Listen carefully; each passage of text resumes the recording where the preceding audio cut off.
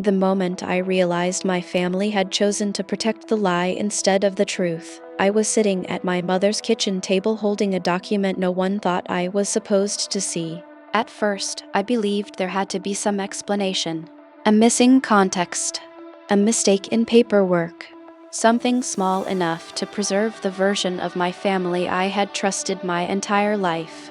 But as the silence in that room grew heavier, I understood something far worse. The truth had not been hidden from me by accident. It had been buried on purpose. And the people who claimed to love me most had agreed, for years, that protecting the lie mattered more than letting me know who I really was. Stories like this often appear on Exposed Stories media, where families finally confront truths they were willing to sacrifice almost anything to avoid. But when it happens inside your own life, it does not feel dramatic at first. It feels disorienting. Like every childhood memory is still there, but none of it means what you thought it did. I grew up in a family that looked stable from the outside. Not wealthy, not glamorous, just solid in the ordinary ways people admire. My father was disciplined, predictable, and quiet. He believed that private matters stayed private. He paid bills early, mowed the lawn every Saturday, and never liked emotional mess. If something went wrong, his instinct was not to talk about it. It was to contain it. My mother was gentler. She had a softer voice, a warmer presence, and a talent for turning tension into routine before it could spread through the house.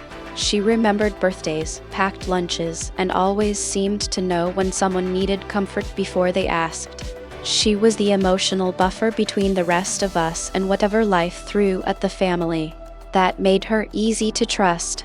I had one older brother, Aaron. He was 5 years older than me and left for college when I was still young enough to think adulthood looked glamorous. He was my parents' first success story. Good grades, good job, early marriage. The kind of son relatives point to when they want to compliment a family without sounding jealous. Then there was me. I was the younger child, the quieter one, the one people called thoughtful when they meant hesitant. For most of my life, I assumed my role in the family was simple. Aaron was first. I was second. My parents were my parents.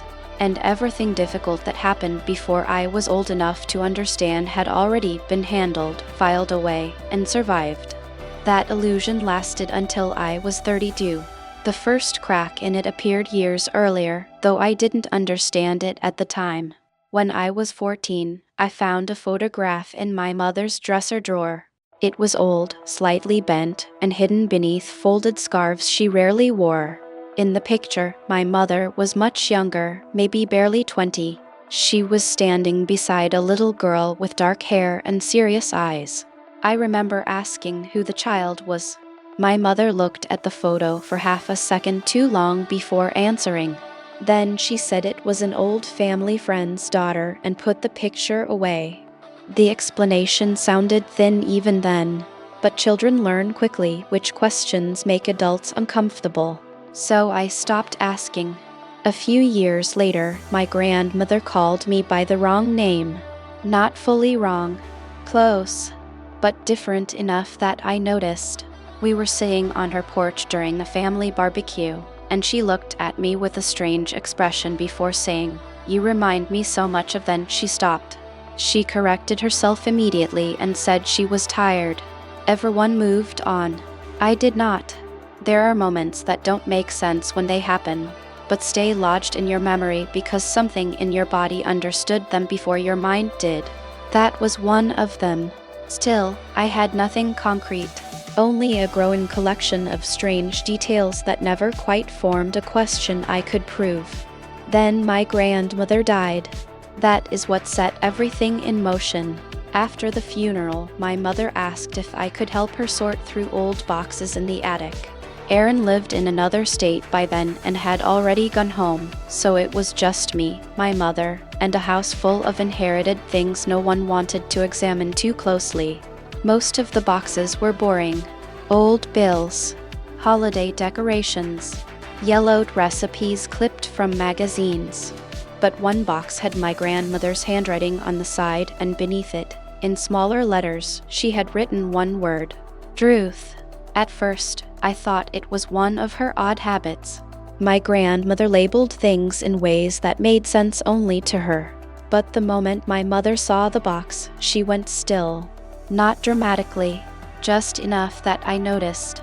I asked what it was. She said she didn't know. That was the first lie. I know it was a lie because of what happened next.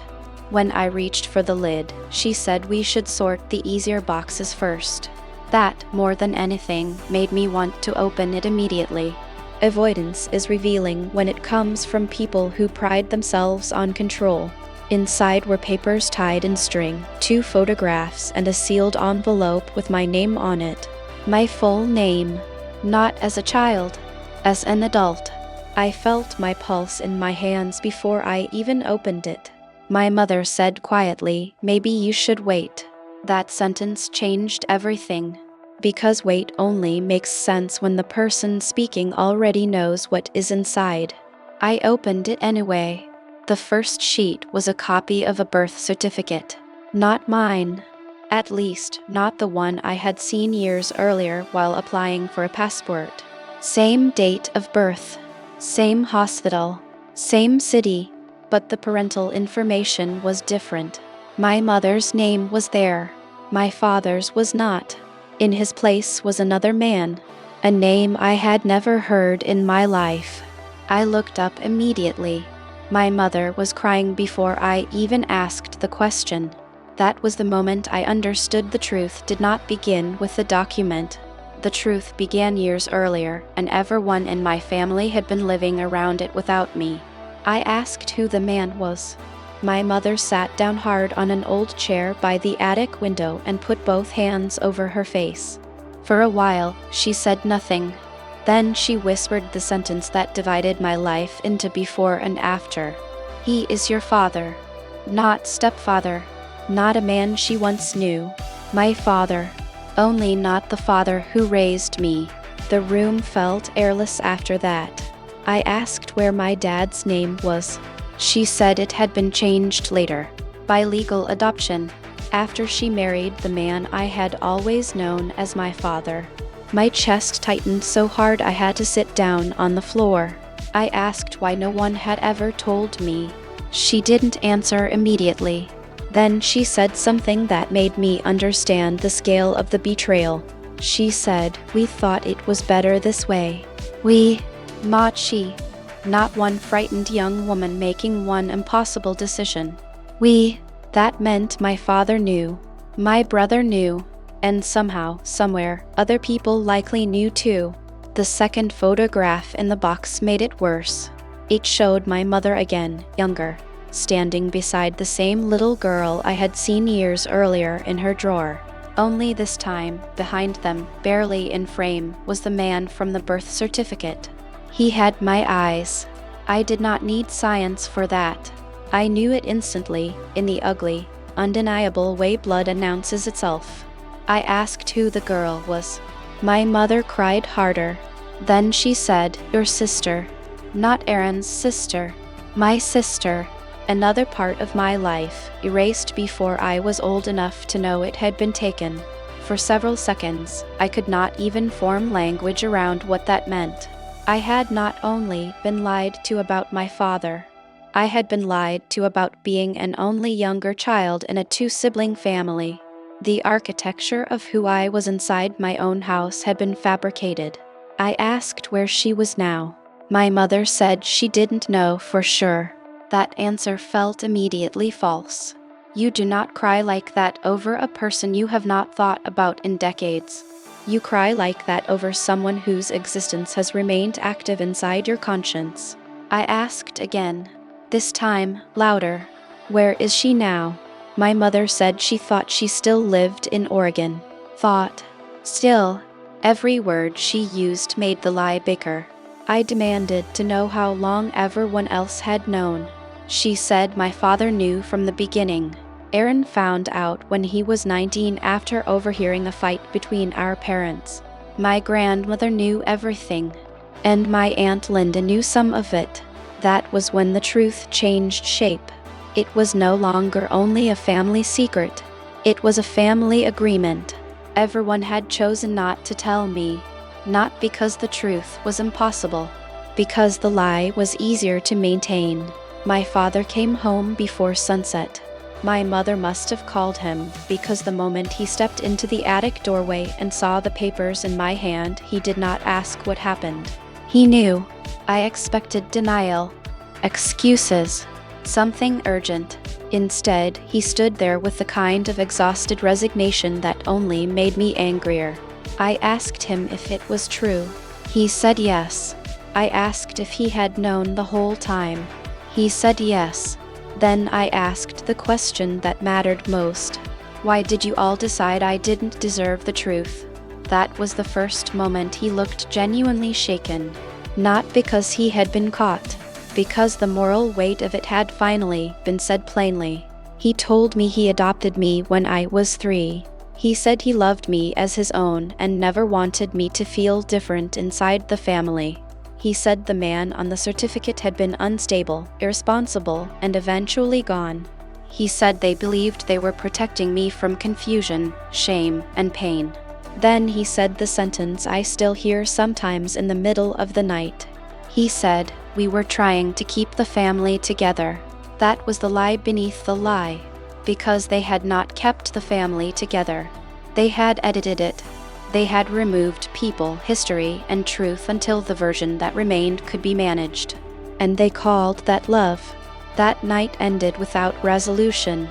I left with the box in my trunk and a version of myself I no longer knew how to inhabit. The next morning, I did what everyone else in the family had failed to do. I started looking for the truth they had spent 30 years protecting me from. I did not go to work the next day. I could not have explained my face to anyone even if I tried. Not because I had been crying nonstop, because something more disorienting had happened. Every memory I had of my family now felt unstable. I spread the contents of the box across my dining room table and began sorting through them carefully. There were letters. Not many, some from my mother to the man listed on my original birth certificate, some never sent, and one from my grandmother to my father, written years after the adoption, thanking him for making the difficult choice that kept the family intact. That line told me all I needed to know about how they justified it. They did not see the lie as theft. They saw it as structure. I found my biological father's full name in one of the letters. Thomas Mercer. The address attached to the oldest correspondence was in Oregon, matching what my mother had said about my sister. There were also references to legal trouble, drinking, and a custody dispute that never fully resolved because Thomas disappeared before the papers could be finalized. Disappeared. That word carried too much. People disappear because they leave, or because someone makes their absence easier to live with than their presence. By then, I trusted none of my family's language. I called my brother first. Not my mother. Not my father. Aaron, because if he had known for years and stayed silent, I needed to hear how he explained himself without our parents shaping the room. He answered on the third ring. The moment he heard my voice, he knew.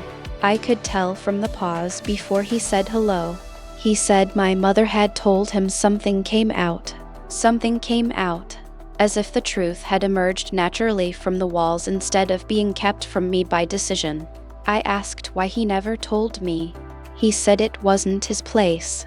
That answer made me angrier than I expected. Not his place. He let me live a false history for over a decade after learning the truth, and he had the nerve to frame silence as respect for boundaries. What he meant was that it was more comfortable to protect the lie than to risk conflict with our parents. When I said that, he didn't argue. He just said, "You don't understand what it was like." That sentence shifted my anger just enough to make me ask, "What was it like?" He exhaled slowly and told me the version of our family story I had never been given. Our mother met Thomas when she was barely 20. He was charming, reckless, and exciting in all the ways that impress people before consequences show up. They had a daughter first. My sister, Emma. 2 years later, I was born. By then, Thomas was drinking heavily, moving money irresponsibly, and disappearing for days at a time. My mother tried to leave more than once, but every time she did, he found some way to pull her back. Then one night, after a fight Aaron described only as bad enough that Grandma called the police, my mother left for good. I asked why I had never heard any of that. Aaron said because our father, the man who raised me, entered the picture soon after, and once he offered stability, everyone agreed the old life should be erased completely. Not revised. Erased. I asked what happened to Emma. That silence was worse than the first one.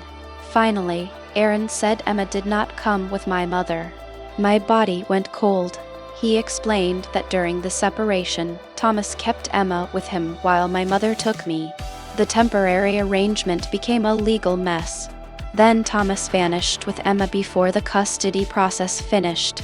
My mother searched for them for nearly 2 years. Then she met the man who would become my father. He helped her rebuild, legally adopt me, and create what everyone around her called a real family.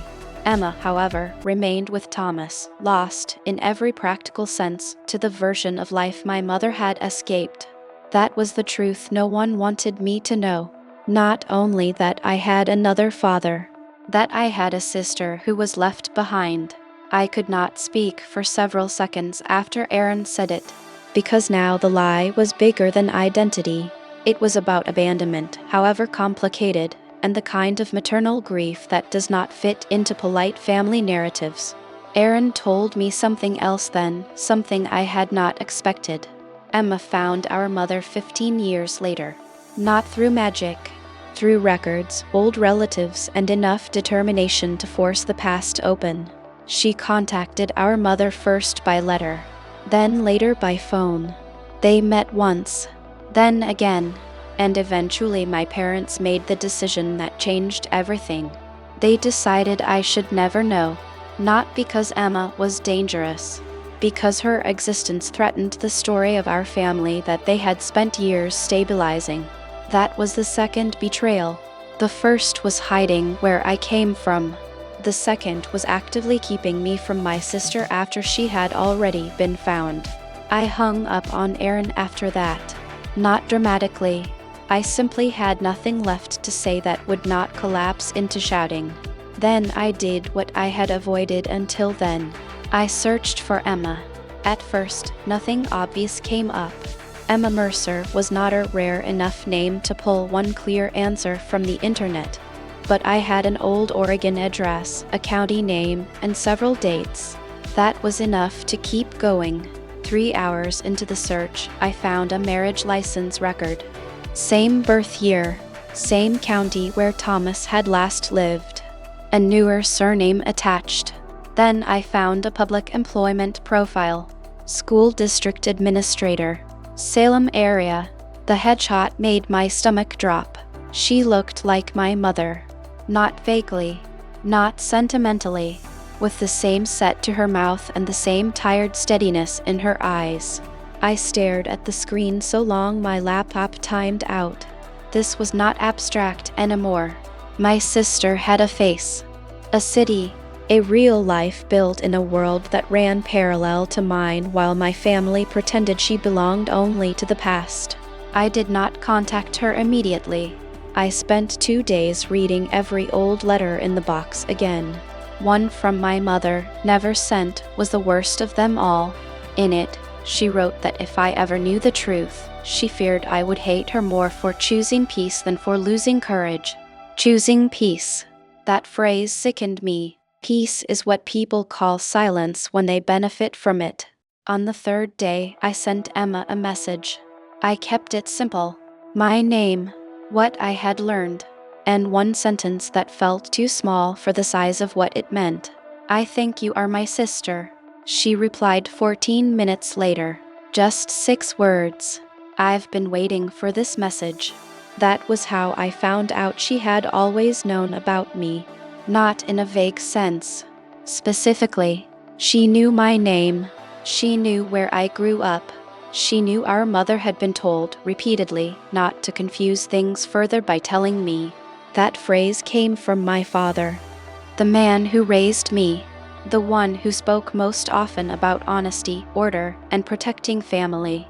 I asked Emma if she wanted to talk. She said yes. We spoke that night for nearly 3 hours. At first, the conversation moved awkwardly, carefully, the way adults speak when the truth between them is intimate but unpracticed. Then the details started unfolding. Thomas had raised her badly, not always violently. Sometimes neglect is more structuring than violence because it teaches you to expect less and call that survival. He drank, lied, moved often, and told Emma that her mother chose a new family over them. That lie shaped her childhood the way my family's lie shaped mine. 2 different children raised on opposite sides of the same false story. When Emma turned 24, she started searching for our mother. She found her through an aunt first, then slowly forced the truth into the open. My mother cried, apologized, and met her twice in secret. But every time the conversation turned toward me, she pulled back. Not because Emma asked for too much, because my father insisted the cost of telling me was too high. That was the point where I stopped seeing him as a protector making painful choices and started seeing him clearly.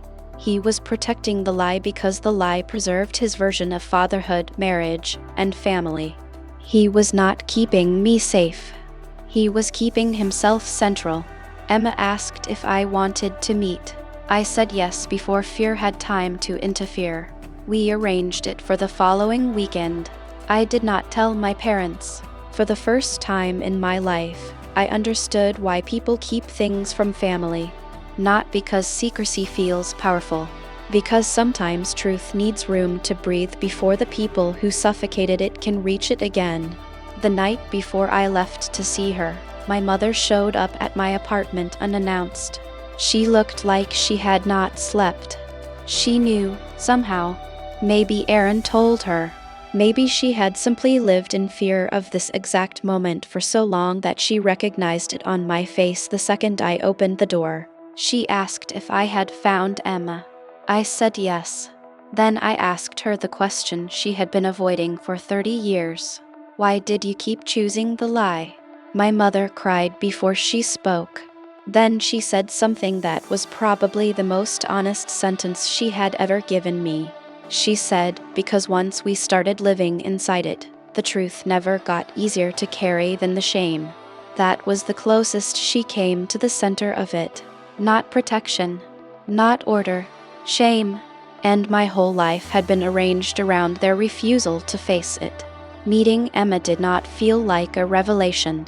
It felt like recognition arriving too late. She was waiting outside a small coffee shop when I pulled into the parking lot. She stood the way my mother stands when she is trying not to appear nervous. Even before she smiled, I knew. Family resemblance does not always announce itself in obvious features.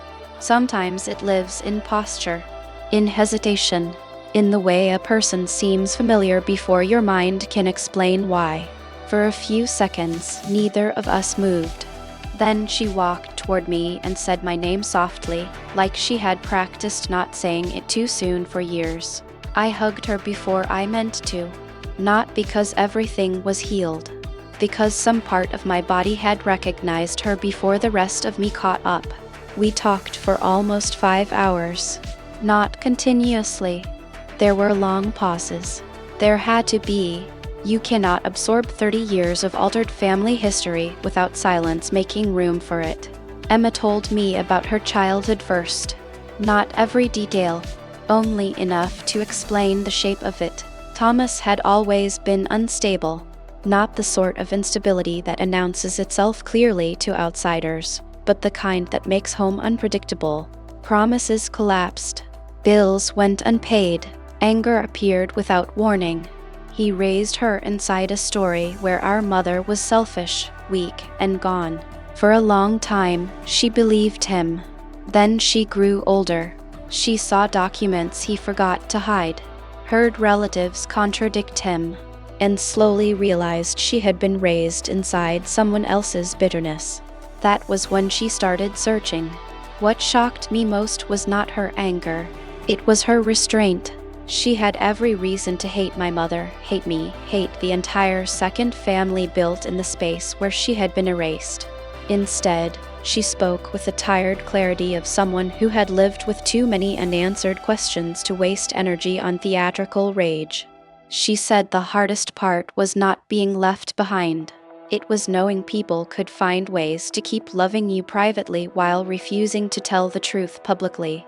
That kind of love, she said, makes you feel both chosen and denied at the same time. That sentence stayed with me, because it described not only her life, it described mine too. We had both been loved inside a lie, just from different sides of it. When I got home that evening, my father was waiting in my apartment parking lot. I had not invited him. He stood beside his car with his hands in his pockets, the way he always did when he was trying to keep emotion from becoming visible. For the first time in my life, I did not feel the instinct to soften anything for him. He asked if I had seen her. I said yes. He looked away for a second, then asked if she was okay. That question made me angrier than I expected. Not because it was cruel, because it was late. You do not get to protect a lie for decades and then speak like a concerned observer once the human cost has a face. I told him she was alive, intelligent, wounded, and much more generous than any of us had a right to expect. Then I asked him something I had wanted to say since the attic. Did you ever once choose the truth when the lie became easier? He did not answer immediately. Then he said, I chose what I thought would hold the family together. There it was again, that justification, that beautiful sounding violence, holding the family together by deciding who counted as family and who had to stay hidden. I told him he had not held the family together. He had split it in half and demanded that one side pretend the other did not exist. For the first time, he looked wounded, not defensive, wounded. Maybe because the sentence was finally accurate enough to reach him. Maybe because part of him had known it all along. My mother called the next morning. She asked to meet, just the three of us. No Aaron. No excuses layered through too many voices. We met in my parents' living room, the place where so many versions of our family had been staged into stability. This time nothing felt stable. My mother cried early. My father spoke late. That seemed right. She admitted she had wanted to tell me many times. On birthdays. After big fights with my father. After meeting Emma the first time. She said every year the truth grew larger, which made confession feel less like honesty and more like detonation. I told her detonation would have at least been honest. She accepted that. Then she said something that forced me to stop seeing her as only guilty. She said, I let fear turn into structure. That was exactly what had happened. Not one choice. 1,000 small ones. Each silence making the next one feel more necessary. My father was harder to move. He apologized, but even his apologies came shaped like logic. He said he loved me, that he never saw me as anything but his son. That he did not want my life destabilized by a man like Thomas or the chaos he represented. Some of that was true, but truth, once used selectively, loses moral power. I asked whether he ever once considered that I had the right to choose what to do with my own history. He looked at me for a long time before answering. Then he said no, not because he thought I couldn't handle it, because he thought he could handle it better. That answer, oddly, helped. It stripped away the last sentimental defense around his choices. He had not merely been afraid. He had been controlling in the calm, respectable way families often mistake for wisdom. The aftermath of the truth was not immediate reconciliation. That is the lie people tell about family revelations when they want a neat ending. Our real ending was slower, messier, and more useful than that. Emma and I kept meeting. Sometimes with our mother, sometimes without her, never with my father at first. We built our relationship from the beginning, not from the fantasy that blood automatically repairs time. We learned each other's voices, humor, histories, and wounds. That was more honest than pretending we had recovered something intact. Aaron eventually met Emma too. His shame was quieter than mine because he had chosen silence knowingly. To his credit, he admitted that. He told her he had convinced himself he was protecting our mother from another collapse. Emma said, with more kindness than he deserved, that families always call it protection when they cannot bear the cost of being brave. My mother changed the most. Once the truth was finally out, she seemed less composed but more real. Like part of her nervous system had been locked for decades and only now began functioning again.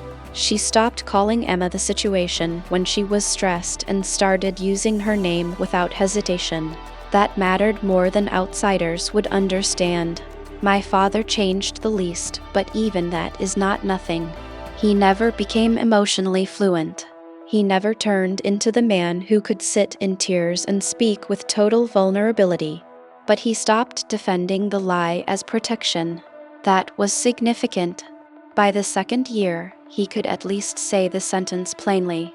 He had chosen control over truth, and he understood now that the family he thought he was preserving had only ever been partial. Exposed stories media often shares stories where the hidden truth shocks everyone involved. This was not one of those. The truth did not shock my family equally. Some of them had lived beside it for years. What changed my life forever was not only what they hid. It was learning how many people had agreed that my ignorance was a reasonable price for their peace. That lesson reaches far beyond one secret. Families do this all the time. They protect narratives, reputations, marriages, and the emotional comfort of the strongest person in the room. Then they call that protection love. Sometimes it is. More often, it is fear wearing moral language. If there is one lesson in this story, it is not simply that my family chose to protect the lie instead of the truth. It is that lies inside families rarely survive because one person is evil enough to maintain them alone. They survive because enough people decide the discomfort of honesty is heavier than the cost of secrecy. And they usually make that decision for someone else. My whole life changed because once I knew the truth, I could no longer live according to a history that had been edited for my benefit. I had a father I never knew, a sister I was kept from, a brother who chose silence, a mother whose fear became architecture, and a father who confused love with management for so long that he nearly lost all of us. Would I rather have known earlier? Yes, even if it hurt. Even if it complicated everything. Even if it shattered the clean family story I grew up inside. Because truth at least gives people a chance to build something real. Lies only give them something easier to photograph. Today, Emma is part of my life in ways that still amaze me. Not as a recovered puzzle piece. As a person. A sister with her own scars, her own habits, her own reasons for being cautious with all of us. That is more meaningful than fantasy. And my relationship with my parents still exists, but on different terms. I do not confuse love with trust and amour. I ask direct questions. I do not accept "we were trying to protect you" as a complete sentence. Because sometimes what a family calls protection is really just an agreement to let one person live at the center of the story while everyone else bears the cost. If this story stayed with you, it may be because you recognize something larger than one hidden father or one missing sister. That is why exposed stories media matters. Not because shocking family secrets are entertaining. Because they show how silence works, how shame spreads, and how people learn to call distortion normal if it lasts long enough. If there is a question in your family no one answers cleanly, pay attention. If a story changes every time it is told, notice that. If love always seems to require your ignorance, ask yourself who benefits. Because sometimes the lie that changes your life forever is not the one you discover all at once. It is the one your family got so used to protecting that they forgot it was stealing your life from you the whole time.